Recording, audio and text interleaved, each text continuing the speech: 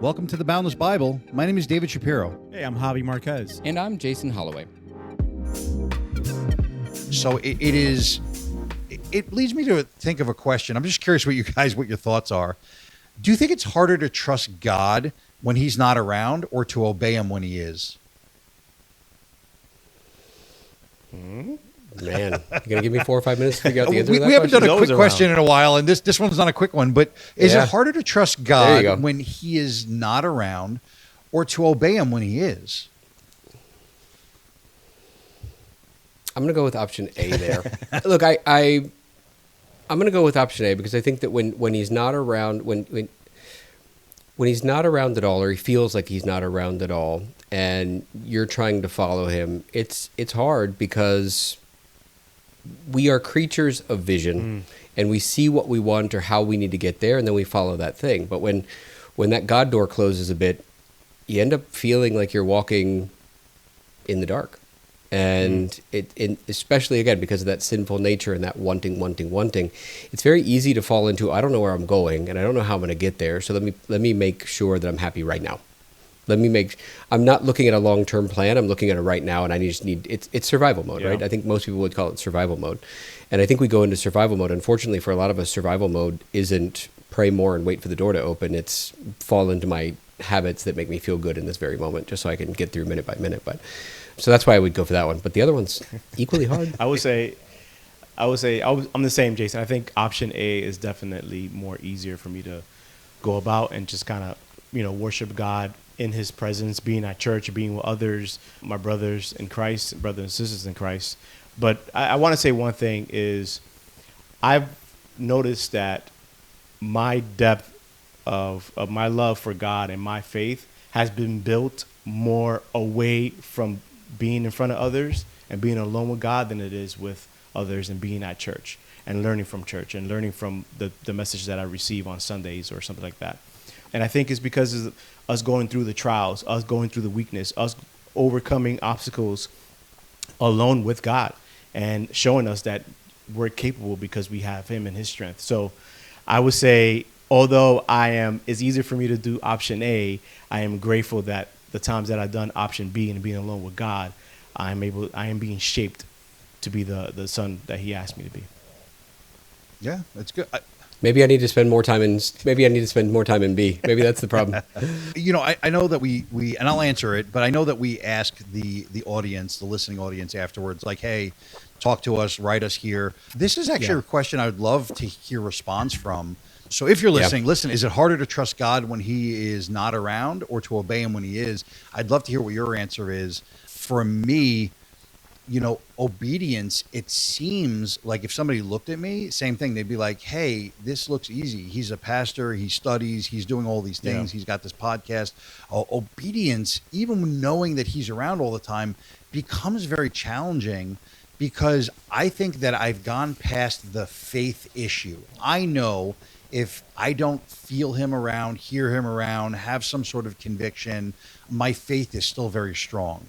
But I think when he's around, I still have that moment of like, man, I really find total obedience really hard. And, listen, we've talked to other episodes of like your favorite music. I've said reggae. Reggae doesn't always have, the most PC lyrics. No. And there I am going, listen, I know it's probably not in my best interest to listen to these lyrics that are not wonderful. Right. And I kind of like, but I really like it. And I'm going to not be obedient in this moment for the pleasure of listening to this music. I just find that, listen, when we go back to identity, it kind of comes full circle. And there are moments when I, quote unquote, I'm going to do my air quotes, I am playing the part of going, I know what I'm supposed to do. I know what it's supposed to be. I'm going to follow the most I can. But then truly inside me, I'm like, I don't really want to at this moment. I don't want to be nice to this person. Yeah. I want to listen to this music. I want the control to do what I want to do. And I'm going to be okay with the sin of missing the mark because I want this. And you said it before. You're like, I want. And I'm going right back to it. I'm like, I really want to listen to this song right now.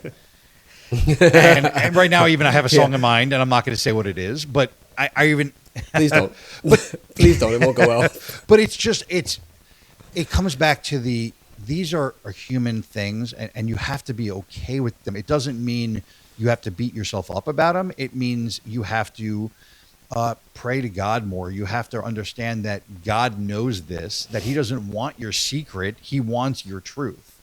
And I think that it also helps for people to, like us three, to be able to share the truth and say, hey, I don't want this to be a secret. I'm struggling here, and to be held accountable. Side note, I don't know if you guys know, this is for our listeners, that David is the most interesting man in the world, okay? This guy is Jewish background, became Christian. His name is David, but looks like Goliath. I mean, he's went through jumping out of planes, military, done anything that you want to do, a fighter, professional fighter. Punching people in the face. And loves reggae. I wouldn't even think that he would love reggae. Like, this guy is the most interesting man in the world, and we love him. Agreed. Agreed. You know, it's weird. It's even as you guys are talking about, you know, the obedience when you're being called to do things. I mean, I think it also depends on what you're being asked to do. You know, I think if you're being asked to get up and go on a mission trip and go live in India, that's tough. Or like Abraham, right? Yeah. Yeah, I mean, Abraham had to, what Abraham was being asked to do. I mean, so I think it can also be a bit of a relative answer as well, because not relative because of Isaac and Abraham, but a relative term based on what you're being asked to do. I mean, am I being asked not to eat that food? Am I being asked not to talk to that person in that way? Am I being asked to literally stop everything I'm doing and go be a Paraguay minister? Like, those are very different. Those are very different requests. Yeah. The other thing, my Spanish is getting. I'm not sure if you guys can still hear me, because I see myself glitching a little bit. But if you can, I'm definitely curious. Yep, you're good. We hear you. There's two things that I always look at, which is, do I want to perform or do I want to be known? And that can take a lot of different shapes. So do I want to perform for God or be known by God? Do I want to perform for people or be known by people in a certain way? I mean, I'm glad you said that. Wow. Good question. Now you got to answer. Yeah, I'm glad you said that. Look, I think the word perform there. Look, the word perform immediately, you know, connotes that we're doing it, you know, acting for other people, right? Okay. And when you're in that case, no, I don't want to act for other people. I mean, I think that if we're being really subtle here, I think there's a time to act in front of people too. I mean, I think if you're in a really bad mood and somebody comes to you and needs help, you shouldn't go, yeah, me too, I'm such a terrible mood. Like, you know, I do think that, you know, putting on a happy face is you know, probably relevant in that case. But in what you're saying, perform, interestingly enough, has two meanings, right? To perform means to act, you know, as something is fake. To perform also means high performance. It means to perform. It means to do well. It means to do your best. And no, I don't want to perform and act in front of other people, but I do want to be known for performing highly in God's eyes. I want to be able to do that in such a way that not only do other people see it. I don't think I've ever said this out loud, and it just kind of clicked with me. It's like, one of the reasons that you need to perform for God is so you can prove to yourself that you're worth it in the first place. Oh, wow. Like that you not that you're worth it. Wrong words. That you can prove to yourself that you've got it in you, and that God is there to give it to you.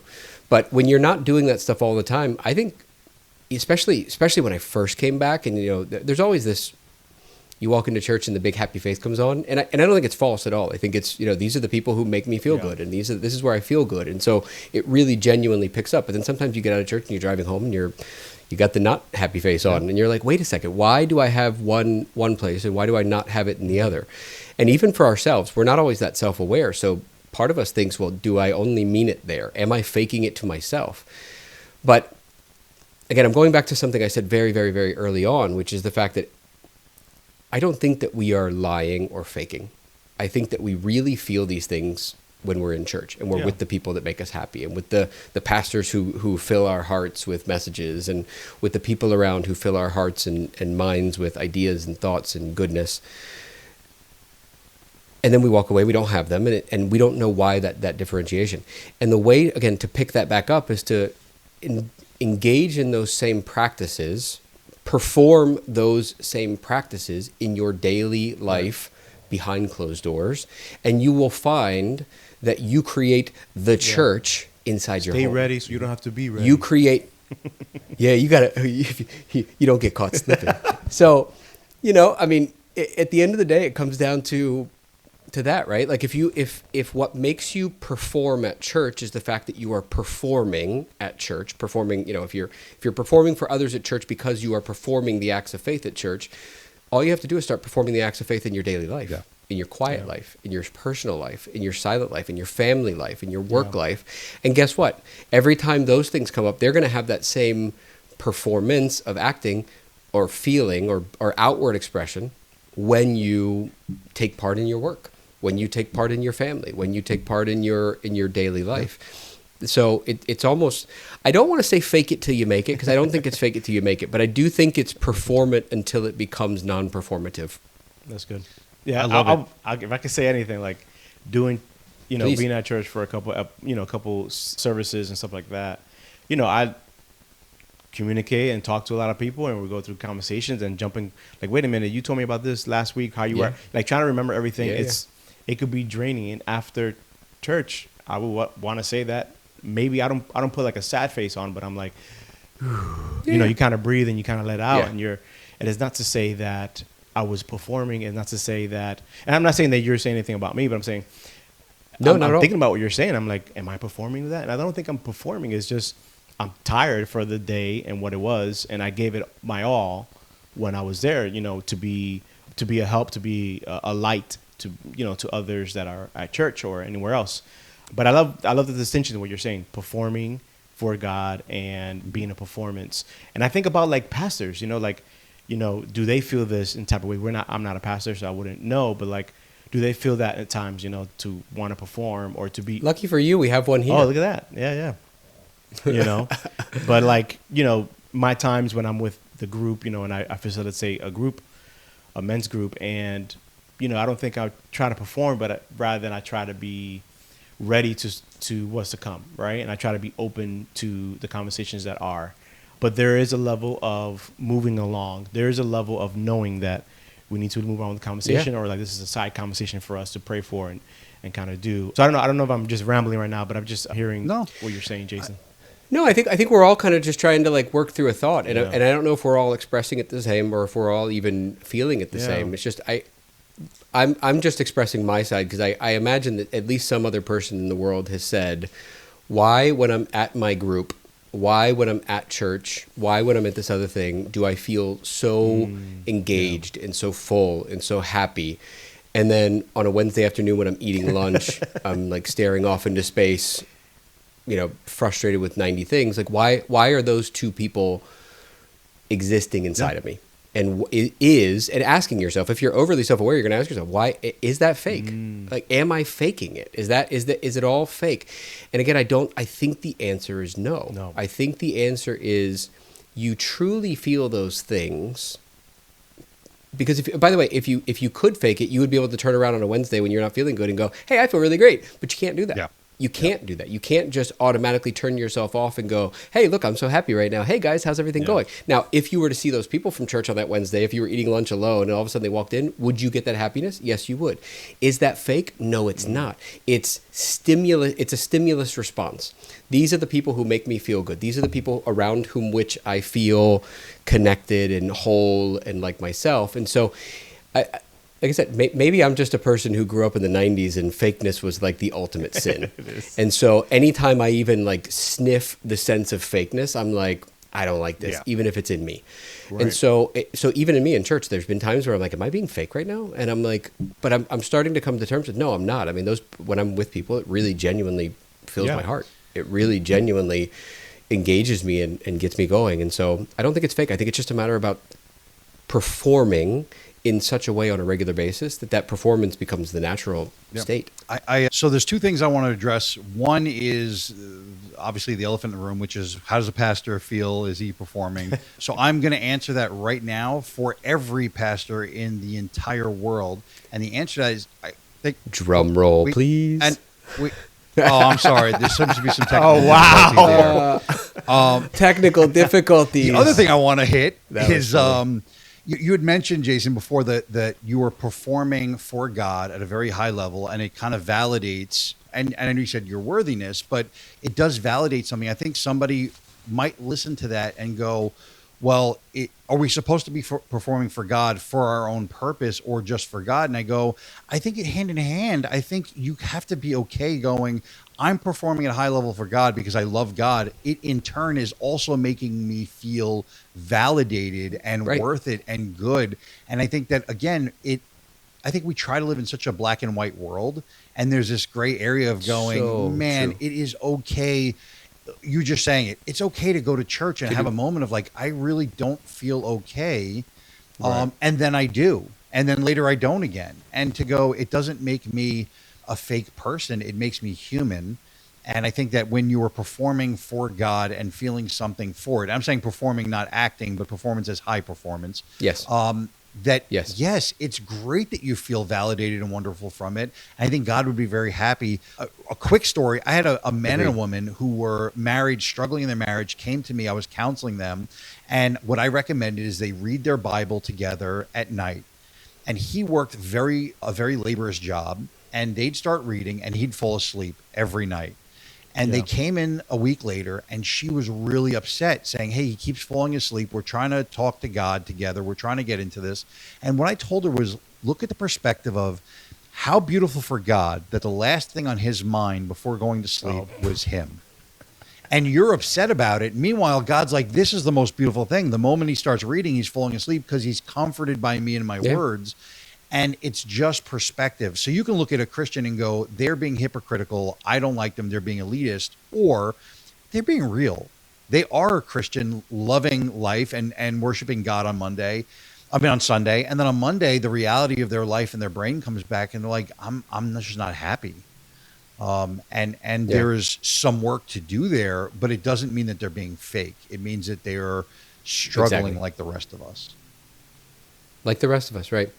Yeah, I think you nailed it on the head with it can be both, right? I think it's important for people to realize that when you serve God, makes God happy.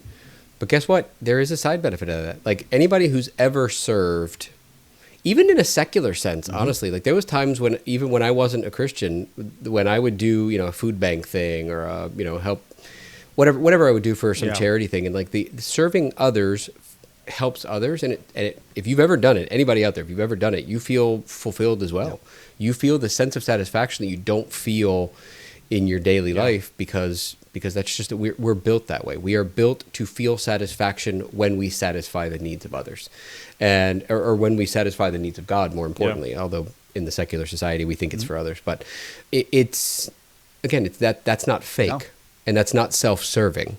It's how we are created. We are created to feel good when we serve God, and thank God for that. Yeah, when we take our identity out of ourselves and being self-centered and focus on God, we're able to, be more like He calls us to be. Colossians 3 talks about, the whole chapter just talks about, we used to be living in sin. We used to, do all those things, being angry, lying and stuff like that. And then he asked, clothe yourself with, gentleness, humility, patience, and stuff like that. Now that you are chosen by God, now that you are a children of God. And I think if I could say anything like that within what we're talking about, and knowing your identity in Christ and knowing what it looks like to follow Christ is that. And within doing those things, it's outside of yourself. Being humble, I need to calm myself down to accept what's happening, right? To the world around me, And I think it's going back to what you were saying about serving others, is living a life like that. You're able to overcome some of your own unhappiness and find joy and peace in knowing that I am satisfied with what I have, and God's going to carry me forward with what's to come. And I'll be able to be the light. I'm able to clothe myself in God's goodness, to be able to live a life that's according to what He's called me to do, my purpose. So I'm so glad you said that. But it's hard to do that when you go to Sunday service and don't think about God for the other 6 days of the week. And that's why I'm so glad you said that, because I don't want this to be an excuse either. Somebody says, hey, I'm mean on Monday because I have something going on, and these three guys said it's fine, it's human. No, you're right. That we're called to the carpet. If you are a believer in Christ, Right, and you are listening to what he's saying, and he's saying, exactly. Love me, love your neighbor, then there is a command that we have, but it is also for our benefit, as you said, Jason. So yes, at moments where we are feeling terrible, it is built into us that when we serve others, we are going to automatically feel better from it. But we're definitely called to stretch ourselves and to be better than just accepting that we're human and I'm just going to sin. If I can say anything too, I mean, when we do those things, we also have to realize, I think we don't do it. We do it for God, like we learn from him and to do those things, but it's not for him. He doesn't need you to do it or not. He's going to provide what he's going to provide. And I think it's more for us. It's more for us to know, not to feel good about ourselves, but it's for us to learn how to be more like he wants us to be and live a life accordingly how we want it to live. So I just feel like when we do those things, we're doing it for him, we're learning from him. But what I'm trying to say, I don't want it to be legalism and go, I'm just doing this, so now I'm right with you. I'm 100% behind you on this, Javi. 100%. Okay, so go for it. Go ahead. No, that's what I wanted to say. I just wanted to kind of express that distinction when we talk about doing things for God and doing things for ourselves. Is all for ourselves. Our prayer, like we talked about before in many podcasts, or many episodes that we talk about, it's not for him as much as it is for us. And within that, he loves it. He likes it. You know what I'm saying? But it's really for us and really centering ourselves with him and connecting ourselves with him more. And I think I see that when we serve, Jason. Well, look, man, it's so interesting that you went there, because right as you went there, my head went to exactly the same place in a different way. Okay. The word command came up. And a command is another word that when I was a non-Christian, I was like, oh, why would you want a person who commands you to do things, requires that you do things, blah, blah, blah. Like, I command my kid to eat vegetables. I command my kid to, be nice to others, right? Like, he has a choice to do either one of them, but that's a command. Does that mean that I am like rigorously, forcing him to do something beyond his will? No, I'm doing it for his best interest. And God is doing these things for our benefit. The reason he commands us to do all these things is for our benefit. Amen. Now, at the end of that, once you benefit yourself, you become more like him, and he benefits, the world itself, his creation benefits from it. So, and this is the crazy thing. It's not like, you're right, Javi. It's not about him. He doesn't need it. He's already got it. He already had it. He already will have had it. If you look in forward, backwards tense things, but the beauty of it is the reason he calls us, the word calls us to, the reason he commands us these things is so that we are made better. So that we are made better to better serve him, to better serve his purposes, to better be a force of him in this world, to be an expression of him in this world, so that the world may be more like him. And so ultimately we can become the utopic, revelatory final days that we've all said would come. But that can't happen until, we've all done what we were commanded. I know I dropped off. I'm back, but I heard the beginning of what you said, and one of the things I look at is the commandments, the laws that we were given. And if you really start to look into them, you start to realize that, again, they're not just obscure laws for somebody to follow. They're all meant, if you look into the what the laws are, they're all meant for our benefit. A quick one, a real little one, is like, hey, you have to purify yourself in running water. Yeah. And up until only shortly, a couple centuries ago, there were doctors still washing their hands in basins of water, and they didn't know about bacteria infecting other patients, not realizing the running water was for our benefit. And it's just one of those little things that you go, if you look at the laws, you look at commandments, they're all there for benefit. It's actually really a beautiful thing that God has done it in that way. We don't always like it, because we are also control people. I want to have control over this. But like you said, your son eating vegetables, or, hey, you have to respect people who are older than you and things like that. But that's all for his benefit, and it's all things that's going to help him later in life as well. And, what a loving God for doing that with us.